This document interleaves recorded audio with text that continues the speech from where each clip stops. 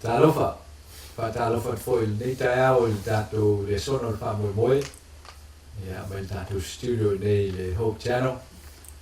Ia talofa tu le aufia. Masa niai pa pe foi nisi o lo matua faftua mai mo mai.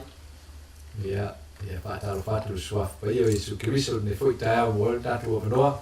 Tato tu fa ia lunga le fio mai tu ma tu fa tas foi nei tae o ma le sengo to ina masani ia mo le quarta fa o tatu le sona sunga a silfau tarofa silfau sunga le pepe tarofa le pepe ia ma le sengo le televisione ia a tatu talo o na mata i role o tatu le sona tau nei ma tu tamaro le langi ma tu te tuinatu ia te oele ia le tua le fa soino le o la fiona tau nei pe ona e tofina la rit ma e tu ina mai le so ne ia tu fai natu le moto te mata pa pena matu taro e pa pena e fai le lava va venga e tasi tau ne lo lava swafa Yesu amen ya o lo kako fa so per le so lima le wa fa so solo ma fa ma ape mai lava le fiona le tua mo tato le auto le so mo mi foi qua ko le tasi a Cristo ya si fai nai o tomua e whātaua ngai i tātou au tūla o tela e tau so ai kako le songa o mawaima le songa le so la songa la pepe o le upule whautare na ele au tūo le sona le o tūsuanga nei vai aso o le upule o le whapetane experience le pe e va ai i le wala na tu fantasia e Yesu le matama le maltasi le e a maltasa amatai ai na foi ma popo tasi le ona e ma futa fatasi ai fatasi te talo fatasi ia malato talo no i meia te tupu i lo lato soi fo ma lato ma futa ma Yesu e o le tasi foi le tamu fai ia le tua e whaatepa e ai tātou tūpulanga nei. O ina wā whiu isu rangu le ise mātama marato. Mara isu, i o tō whātali, Jerusalem, se a whio mai, le anampa ia. Tō te ngāru bue whātasi, ne mo tino tō wawina tasi lea. Ia mara te roa tasi lea, lepa tātou tūri roa tātou susuema. E tasi ai tātou ma lea tua. Ia maisa tātou sua tamata. Maro. O le ne sona atuala mo nei kuata o le tasi a Kiriso. Ia. O le lago tātou o mai nei le sona le wa amatana tātou mata ai i le amatanga o le wa i kālesia ina ua whiu Jesu le lan. Ia. O le whataita ingana le au mai le. O le amatanga o le kālesia. Na matua ma o popo ma o ina mo waile me ta o le loto e tasi. Pe ia ana whai mai Jesu i autou whatali a whiu ifo le ngang pa i e luma i ante autou. Ona auto veile auto mai tote avel tala inga fe au le la ole awala la tatu tal no ina le sono le va eso le tatu mata ile awala na la ina ma fua ona mo ele e kalesia mele le loto ngatasi ma lue fatasi ma futa fatasi e fai ma o onga e mai e fai ma o onga mo tatu temi nei le kalesia wa ele se me fai mo fiel mele peira al temi nei leo tātou iai. E ui ai nao tātou o Samoa uma. Tātou lo loto whātasi. Tātou le e kālesia e tasi. Ai leo se mea whai ngofia lan mere na tupu leo wa e kālesia ole. Ngā lua whātasi, tu whātasi. Tātou whāsolo la iai tātou le sonam tātou mata ai. I le mafua anga ma le awala. Nā au mai e ke riso i le na ua e kālesia. Ina ia whai ma whāta ita inga e o ma le teimi leo le kālesia. E te tau anu tau la iai tātou ai le ua e kālesia. Le mafua anga lea. E tasi. O Yesu lava. Ia. O ia ali po ngai o mea uma. Ia. O le ngā ruenga lea ngā pa ia lea na whai mfola Yesu le au so o le a o walu ai saule fisosani a te autou. O le ngā ruenga lea ngā pa ia lea na wha mao nia atili loto le au apostolo ma le au so o mai nā tau uma lua e kālesia. O ngā uma ia na whai Yesu. O ngā uma nā lea na tā pena ai lua e kālesia. Ina ia fio mai lea ngā pa ia wha mao nia ia nā tau. Le fio mai o Yesu e mo le wha o le tanga o tangata uma. So ta ua tele le vaenga le o le whaavaina o le kālesia Yesu. Io, ta ua Ia. le whaavaina o le kālesia. A le whaavaina le kālesia I lunga o Yesu o le matuli mama. O lona winga. E ngā lue fua ma fai fua ngā lua. O le mana onga le nā o lo iai le kālesia le teimi nei. Ba tau wa tere kālesia. Tere lotu o i fai mai o le kālesia isu ke miso o le kālesia le tua le kālesia. A le fesi o whaavai ia Yesu mana o. Pe le whaavai ngā le ua e kālesia. O wā whai lea, ia ran tātou toi sila iai ma toi whaavai anga ia. Ina ia tātou sāma wali e tusa al whata i ta ingo le au mai e tusa pa ia i le ua i kālesia. Ia, tā ua te ali pepe le vaenga le vaenga Yesu a ia. The personal part of Yesu.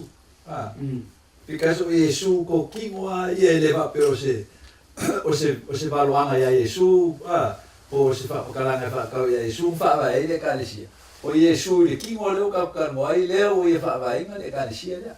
So, ka ua ia i o vaenga ia, ka ua i le whaava inga Yesu le kālesia. Wale ka ua le ngai ngō le ka ko aso o sauni uninga. Le ko mua mai e le vaenga la e o le ulo yaso. E ka ua ke le vaenga Yesu. Whawhenwa ka pena Yesu le o so o mo le vaenga le ai whapewe fo i fo ringa o le. O le kālesia ai le i koe kupa Yesu wha umalanga. Ma wha umalanga ngā ruenga le ai le ia fio le langa. E longa uska ia le uso e whatanunga Yesu. Mai au ko kio se mea. Whaka Jerusalem, se o tō maua mea lofa o le ngā paia. Mai le a maua le mea lofa le pātusene le ngā paia o tō mwhele o tō mō maua. Gata Jerusalem i utaiam Samaria ai o ai ku inga lang. Mai o le a lantou nofo i Jerusalem. Pa mai e pamtala nei i mai sa lantou fina finau ma le loto e tasi i te talo ma le ai oi. Ka winga le ngata na o i o lantou tulvae ma fina finau tala sanga i ai mai sa leo no na lantou tala noa i whaamanatunga o Yesu i o lantou loto. Mena whai Yesu a lantou ma futa whaatasi. Pe o ana ngā luenga whaamarolo. Pe o ana wāwenga e whapena, na whososa na tua i e tamana mia. Pe o na o oma. Pe o le mafuta o Yesu, ma i lātou, ia ma le awale ngā lue e Yesu e le ngata i te tonu o le kalatia o whafotu. Me ia o lātou mafuta ma whateritari. Sa lātou tala no ai. Uma tala noa, te talo. E le ngata le whamea sa lātou tofi da reto ma lātou o ai. Te lea po i le sawa le mele o le aimtala no. Tawa. Mai o le masani fo i lea le kālesia le mua. Mai sa lantou tofi da reto ma lantou talo ma lantou fia le nganta i le a lantou whaatasi mal. Ai whapena mai o whai mele i whalet. I ainga te tasi. Mai o le whatalanga le tustala lea o luka. Ia ma tusi o ngā benga.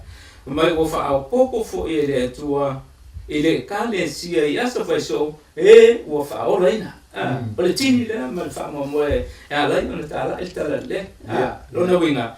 A o na o tuliwai i a le au so. Te talo ma ai o i le tua mara te inga ma rātou usta i te inga le ngā pa ia. E le ngata e maua ai le tua whatasinga lea. Tasi tangata ma ke miso. Ai lantou te whaia e ngā renga wha mai esu e whai. Lea ngata la wau stai ma whai. Lea o fua mai.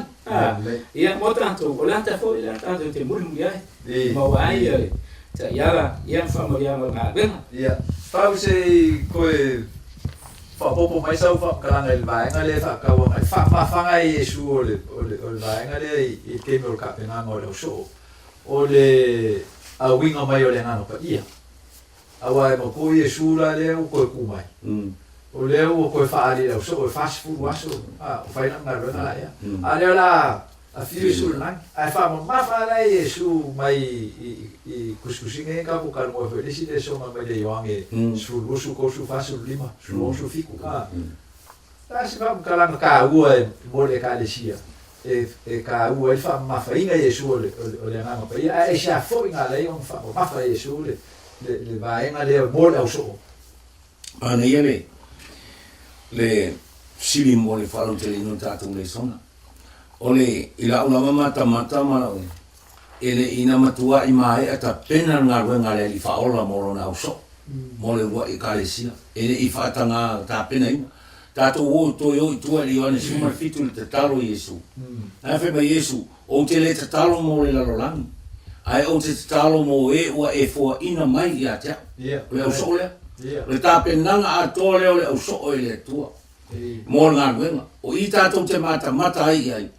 I le wha ngā ruenga mai au na ta pena i le tua mo le tamata. A fio mai Yesu leo le a wasila fia Yesu o le a o i popo ngā maliu matoi tu mai ma fio le langi. A le atu ua ngā ruenga i au so. Mai alai le tolu tausanga na ngā rue Yesu whio i ma le au so. E le i eise mea una ua lefa to a mata le au so ina ua.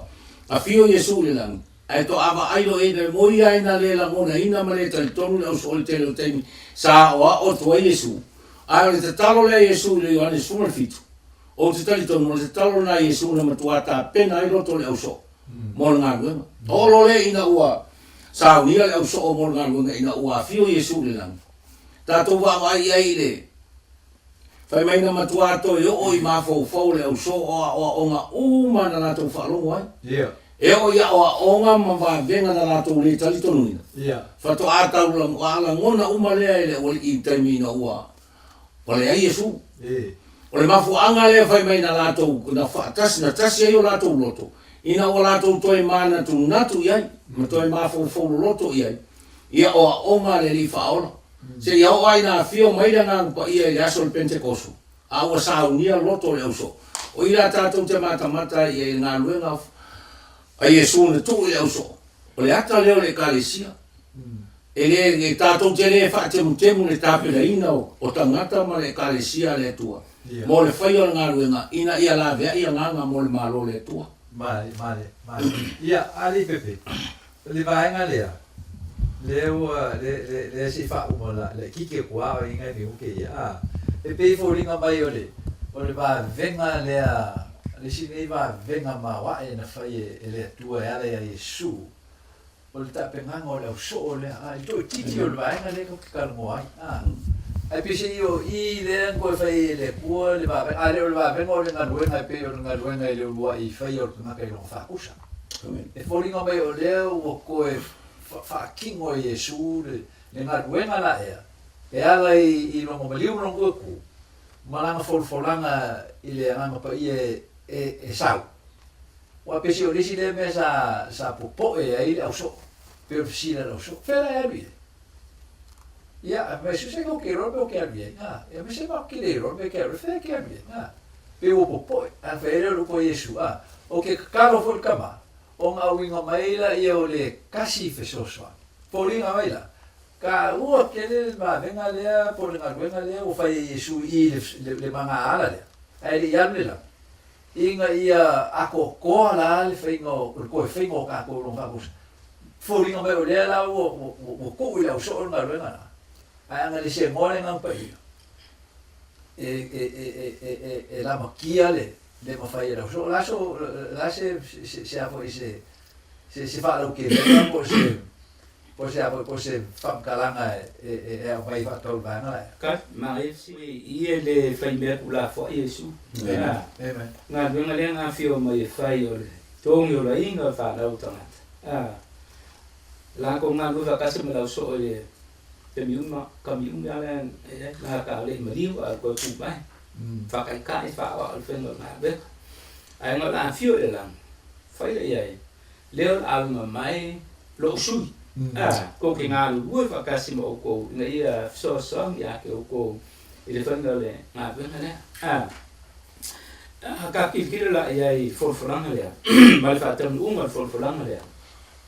Kai mira ua ko e se a Yesu. I ua awhera la kou ngaua lofa ma la kou misia whaola. Wala ko poko ai makakalo ma whamanga lo ai. Ia, ma la ko ka penga mo le whamu mo lea. E fio mai la lea ngā pa ia, wa kasi o la ko loko. Kasi o la ko loko malka. O le melea, em whenka ko kui kira iai, ua koe whaafoisia ia le whaakusa o le kua i kanka ia. Ia. Au so lea. Awa, kai umala ga e a fo i whaia la ko loko. Ia, ma la ko ese mai whingalo le kua. lilo fia ani le fa kusa le ku Ia. al kai mila wa fio mai le na pa ia wa so o male o ma Yesu le sa la ko msia o la ko ngalo fo ia ma ku fa ka se kal sang ma a fo ma wa su e na fa ma ku ma me fa Yesu mo la ko o va penga o pe bo ko fa ku pula ia lo la ko fia lo la ko ma los ia ma lo la ko ngofu sa e fai le me fina ma o e Ia. la sama bomo la ko foi la wa fio mai na pa ia na le so so ya o ina la ko ina la ko mo la ko ma ma o mo Ia. Mai so fa umana mai la fa. Ile winga mai la le ngam pa ia. Awa Yesu ko mai ma mo ngafisi. Fio. Ari fa mai na lo. O Yesu foi lá, o liuking kamaka le o le pu. O nga whaakingo mai le fuafuanga le pua o le ala e koe whaora i ngai kamaka o pa ulu maularo nang sala o leso wha moe moe. A le rau o a winga mai le ngā pa ia, e ngā ke whaia le ngā luenga le i le oso. O le mapoe la le sa whasi yaso la ma osi nungo le kaula. Pe o le rang whaakingo mai i le liuki kamaka leo le pua ia Yesu. Awa o loke maho whau i le vaenga fōu le ngā fo i ngā whaakai Yesu o rau so leo o whai ni marako masa. Vaenga i e fo i eri kakalo. Leo ake ma polis ke fo i le rai kakalo Yesu a le moe rau so. I e kau whang. Ia e fo ringa mai i. O makua kakalo whakawanga au ia le vaenga lea. Amen. Si fesa whakaranga i le vaenga la e whakaikainga la e a Yesu. I lea o a whio Yesu langi e kua rau so, a reu whakima rau so. Mana ia le vaenga lea. Wa le vaenga lea o na paua lea o le meo lea na a awa o Yesu i ona so. O le marusi anga lea o tangata. Na whataitai fo ila Yesu. A pe ona e saunga e alu le po a toa o te talu Yesu i lona tamao lina. O le mafuanga whaamanino la e tau mwhaila Yesu e whaamanino lona auso. O na paua leo le awala e mwhai ona marosi le tangata. O le te talo. Pe o lai fo te maka. O le te talo. Ia. Ma le ana pongi. Amen. O le pe mais whamtalanga stasi whai au. E so stangata e fia telefoni le tua. Ai ana le iloa le numero le telefoni le tua. E fiu la tau telefoni le tua. Pe ia whata i taino tātou. Ai le iloa numero le telefoni. E te fiu e feso ta i mai a te au tele mwhai. Mari. A le numero le telefoni le tua na tu e Yesu ilo na uso. Whai mai whamtalanga si tasi whai au. O le ti a la o te talo. Amen. O numero le tua. O na pau foi la leo le numero. E ma fai ona e viri ai ma e telefoni le tua. I mea uma ina ia maua lo sota inga i le tua. Lea lana whai a Yesu. E ui ala ina sa mo moe le au so ai sa maliu mai a Yesu ma whawhangu ma tau wha a tepa i ai. E ina ua fio la Yesu le lani. Pe an tātou ta on tāua a. Whawhetai lai le au so. E ui ana sa mo moe le taimina whai a Yesu whataita inga. E na le ave se o lātou mawhauwhau. Le whataita inga na tu e le li whaola i ati lātou. Ina ua tu ua na o lātou. Na whatpolina sa whaalangolango ale au so i a Yesu. E taimi lea au soifu. A lea sa tau mwhai Yesu e awa o ia i a lātou. E ele taimi au tele i ai. E na ole ola le talitonu ma le soifua le talitonu le au so ole na i ai. Na mafua i ai ma pe whaalangolango i ai. Tu mai vale a tātou le taimi nei. O se awa oma mo tātou. O le tele o tangata lotu le taimi nei e mese le kālesia. O whaalangolango ai whai whiau. Ioi. Ai le ai. O le ena wana kwa mga Yesu, a o le taimi o tele ai ai, o tu atu ngā luna ia te o tau whape nāfo le taimi nei. O tātou o tangata lotu o tangata o wala wina i le tua mo ngā luenga o le whaalatanga. E tu tusa uma le tātou ngā luenga ma le au so le na tu i Yesu. A tātou le mafuta la i le tua e ala i le tatalo. E ala i nana pongi. E tātou tele maua fo i le marosi. Whai i ngā luenga o wala wina i tātou i le tu. Amen. E whape ngā hui la le vaenga le ale ngang pa ia le fa simon fa tawanga i le ia o nga Yesu le ka o le fionga le tua o tu spaia o mena le ko o tu spaia e kusa male mal karo pesi o le ole soala e ole kakalo e o whakasi pepe la se talo na e tu e papaina na to lo kumoli e luo kumoli la ta ma o ia lo kumoli na fio lo kumoli mai na wa fio ya e tu la ni amelo na pa ia ina wa fa nga na fo tu sia le ya fo tu pa ia tu sia e tu sta me ia na a sia la to ia la to ma futa me su la to ba ai ma fa long la to so fu fatas ia le mo tu sia me o isfo ile ia sao Sofia la nganga letas malato tu sia uma meia sa fina no leto tu sia ma o le o tanto umia le ta fio para leto se verás para il vai male fa ca o che la fio male tu mole ca sia un po o le a fio male tu ta una fai ma ta yanga o le uma tanto fai o onga ma me tanto te la uina o le fa vale foi le fai mai tu spaia wa le fioma la le tua o foi ma ta yan la mo ke shen u mala po le alava po le ke po le ai po le inu per mai la po sto paulo tanto o fai tanto usta e ta ya le tu spaia e ai pe in po me tanto foi me uma e pe le fai lo mai le tu spaia le ta ya le mai lo tanto so i fu ya te la ni me lo la fa fa il vai ngala nga fa ka wa ile kasi ke siang lo kele por le lo mangi e folinga mai o puspa ia e folinga mai o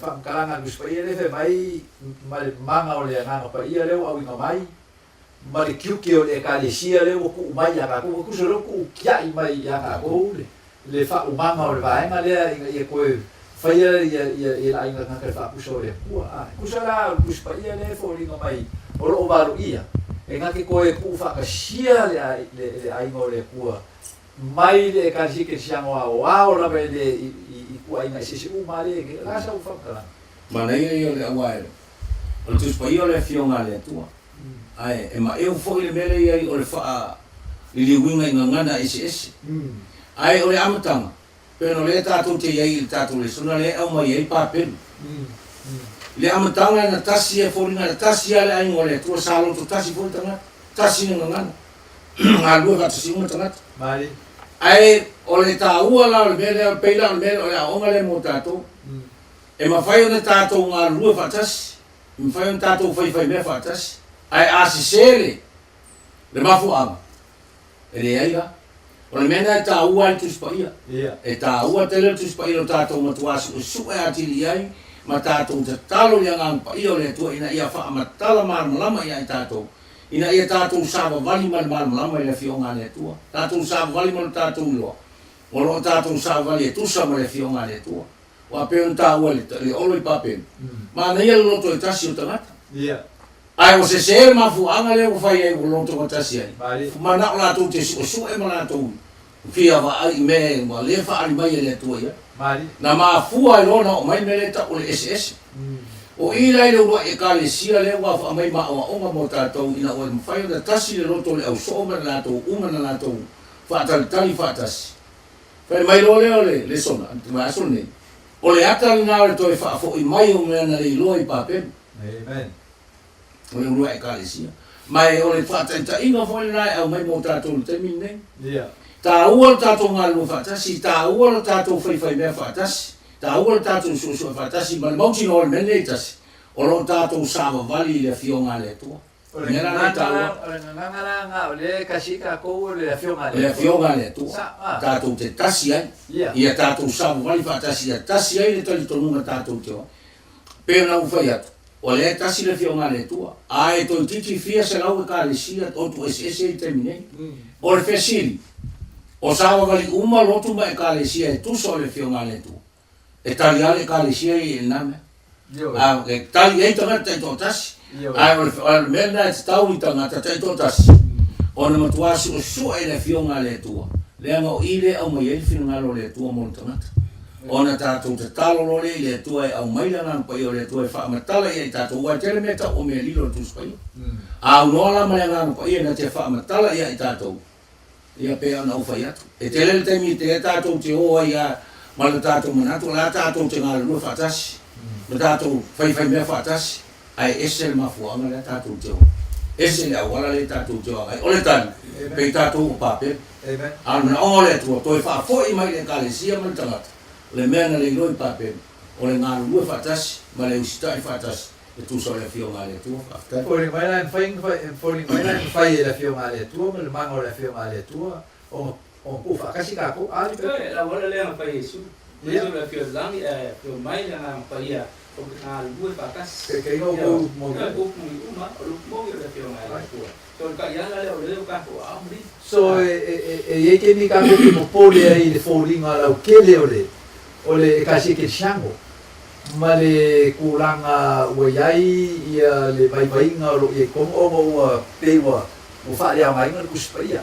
Tā ka ko kirkiro ka whaso fiko le kaisia. Ai foringa mai o mai i le sona le mo kātou koe whamang ngaku mai a kātou le manga o le wawenga Yesu. Le ua e kaisia. O le kaisia ko tu. Kāsau ka.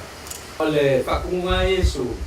O la ngā fionga o le kaiana le. Yes. Yes. Kaiana le o mea uma ka ko pai a pai.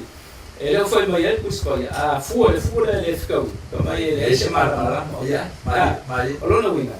O le pulele a mai e le kua e fai ai le ka ko ngā luanga o le mōri maua. A mai i.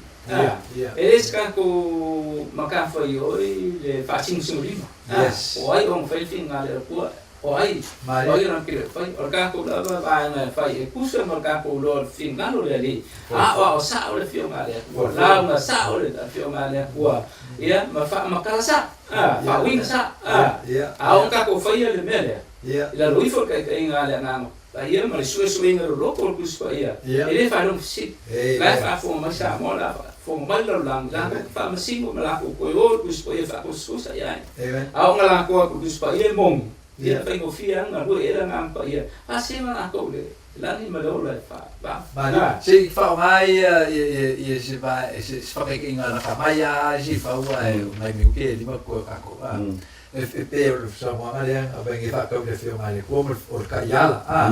Po le kapasa mo le ka le si buli pe o fai le ka si lu e ka si. Il va nga le a fo il fa sa lo nga le la ko ben e ya ka ko nge fa ka o nga ka pu gio. O le wharo le arke e si o yaso ia o ngā whamkara mai la ia o ngā inga ia kousi e sa paki a sofiku ia ai kau ki ronga uma o le sapeksa o ngā e kusai ma le fio ngā le kua o sapaki a sofiku ai kau ki kilo la ia i le whao ngā inga o le mauna ia e langolango ai le kapungi o le wharo i le ua yaso o nga mai le o whaongala i e pe foli mai e whaongala i e manga o le nganga pa ia mai le fio ngā le kua ulanga whapenga e koe whangu mai kako e ki kiro ko a i le fio ngā le kua o la ko ngā sao e a le Pāpena o whai atua e mele na tuku i a pāpena e le anga mele na pe a tātou ngā whongwhong mele na whai tangata pāpena lātou te fia whai roa i le tua ai pe ta ile le finu ngam na le tu pe na sa no le mele o le fa la longa le aso fitu o le fesini o le aso le fitu ia ile me na ta ua il ta tu su il tu spa ia me le fio ngale tu ta tu te o sa o ia ina ta sa o mai ale tu spa ia ta tu le me ta o le aso fitu on ta tu sa va ia ile o wa ale tu sa la pe o na ta o le fio ngale tu o le ata na pa pe e manatu tangata e sa o le mele fai. Ai fai mai le tua. Te i o tātou wifo ia, se i o tātou whaata ape ape le tangata. I talan tuso ke nese i o le papen. Te tala i le tua. Ngā tātou wifo ia se i tātou whaata ape ape ina tangata. Ona ua lātou. Le i lor mea ua lātou fai. O le ata le nā o te rā whai tātou te so na oe le tusa mani whingalo le tua. Tātou manatu ale o le sa. Tātou whai mai o ngā luenga le ngang pa ia ai usoe, o le fio ngā le tuala ta ela whai mai su, o au le upumoni, o le ala, ma le ola.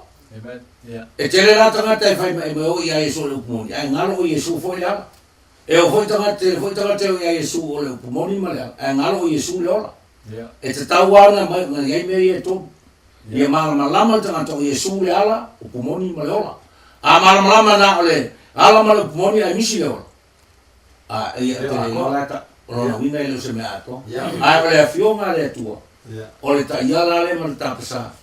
Ole fa asino manga leo tatu te au ta ia tatu ile langi mo leo le fa mo. Le fa o ba ngala le ta pule mo pe fasu mo ai pule o tu mau pe ina to ile mata upo la apostolo. Mal ma futa fatas.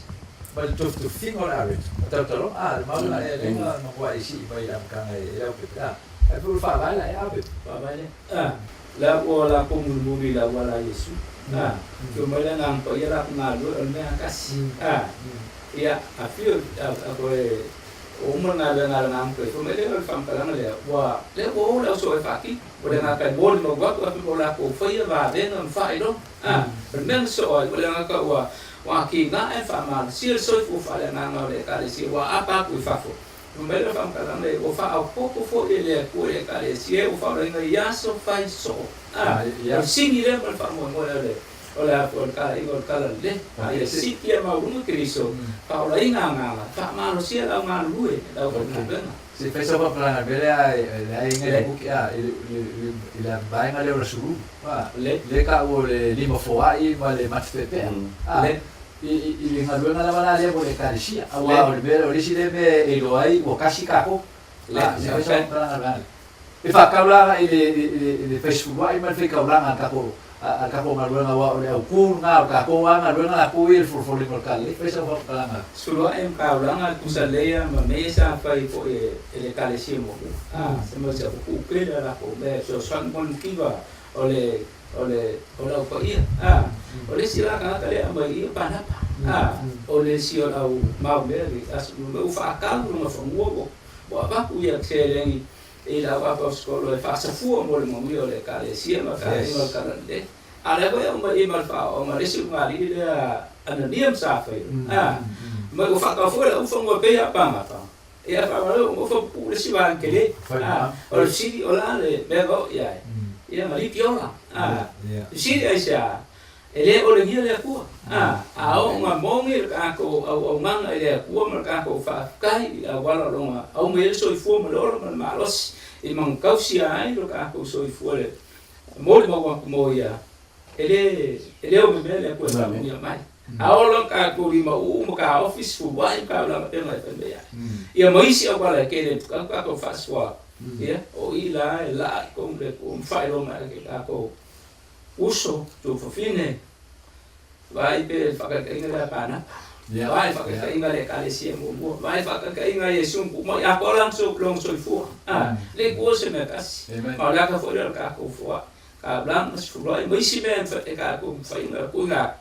fa me loko fa ber fia inga ya le nga ka mur ka ko ka blang ai bi ya ta tu Pau te fa ka fa mai ngai ve ngai fa mo mai ya bi ku ke de ko ya ko fa isa u sa wa fa ka be ale berkas berkalo manga ale ngang pa ya mal pro inga Yesu ya wa ftai mana ya le o fa o punga le i le tu la fono sfu o tu la fono fa i wa fa melo le folinga mai e tu la esel tu la fono le mo o le o tu la fono le o i ai le nga sala fa inga tau na manu malo i tanga ta fa inga tau nei lo o le folinga tu la fono le e soli el ma fo fa tu la fono le o le manao au e te manao fu il me ale lut tua oi pa melo tu la fono fa inga ta le alo na tau singa le anga tu la fono le e fa inga ta nei lo le nga sala le anga o tau le ma fo fa o tanga ai ole mana onga le i la mata le sone tu samale ma le tala le ole mana le fai mata fa ta ile lua nei vai so tal wai le tal no ina ile kale sia ta malole na to nei dinga le se la 1 milione to mo le lot ai le lopo ai pe ta io le wai ai wa mata su ma wai lo le ai su se lo ta malo fa me ta malo o le wo fa ta malo le 2 milione bilione me ta malo na te lo o Paul bele na te lo o me na te va ai o tu pele o mai le tua a o tinei o ai a ave when te mi ta una fa sol tu pe mo ngale tua mo tanga ta lo na mi so so a o ti a o mo fo ni fa sa lo tupe na whaamunia mai le tua ia te o tupe le tua na amena te vaia. O le mele i mantua tātou tau si mea le tua. O le awala fo ia ma whai ana tātou so whaatasi ma tātou tasi. Pea tātou mana tua uma o tātou tau si mea le tua. O tātou loa lea. Tātou te whakaaso ai mea uma, o tamao ainga o a mea uma o a mai le tua, o le poto ma le whautauta, o le alofa o lesi. Tātou te mwhana whaaso e mea uma, o le tātou taimi. O a mea uma e mwhana tātou whaaso mo tangata. O tāninga o tātou loa, o tātou tau si mea le tua pero le sona sa tātou talo ina fo i statement tau sa mina. Tātou malama la iei o mea uma pero tala ta manole. O na tupe uma ile ni tupe mea le tua. It's time for him fa so ai mo tangata. Au le yoti wa out. Inte le po tangata a mo fai mala. Vale. Tau no lo le por poto son mo na le vale. Mia na ni lo nga mo ia fai mai no. A tato i lo la o me uma o me le tu e o ai a tato. Tato te le tau fi fu le sema. Sua i tau la. Te le tangata fa ma oni sua. Ai o mai o tau la. Ai mani no fa to no le tu. Se fu wai tau la. A mele ye tangata na skua ye fa ma mi e o taula a o taula e fa to asi la fia i le tu le loto tangata o fe o ya le a skua o le tupe le tu le stupe le tangata mai faftai atu le fa fona le foi taia faftai le tua i non fate mai le mono te mai a te tatu te nei la o te le faya o na tatu la le ina tangata u amen. Ai tātou te whaia o whai tātou mo mau o whai talo Yesu. O te le te talo nā mo i lātou ni. Au te talo fōi mo i lātou. Lātou te whātua tua i a te oe. Ono o lā lātou mo i mau. La whaiwa i nā tātou le sona ne fōi tai au. Le whaftai le tua a tātou te talo. Ia ana tātou manu roa i le tau. Nei no mātou te maru ngani no mātou te nātu i a te oe le tua. Le nganu wema o le so. Peo na e whetarai e le fo i fua lau fiona. I wha peo na matu taro i e whatu kuina lea ma luenga mate no fie. Le au wha fonga mai matu umara. Ni watu matu i tasi moe. I lo swafa Yesu. Amen.